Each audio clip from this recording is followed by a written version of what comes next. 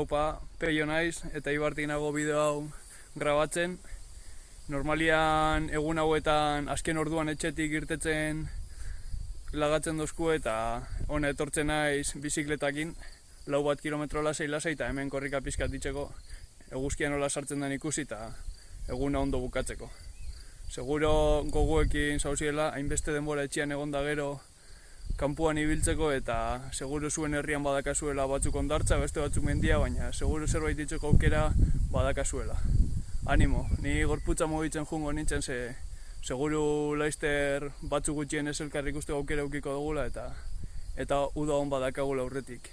Venga, animo daneri!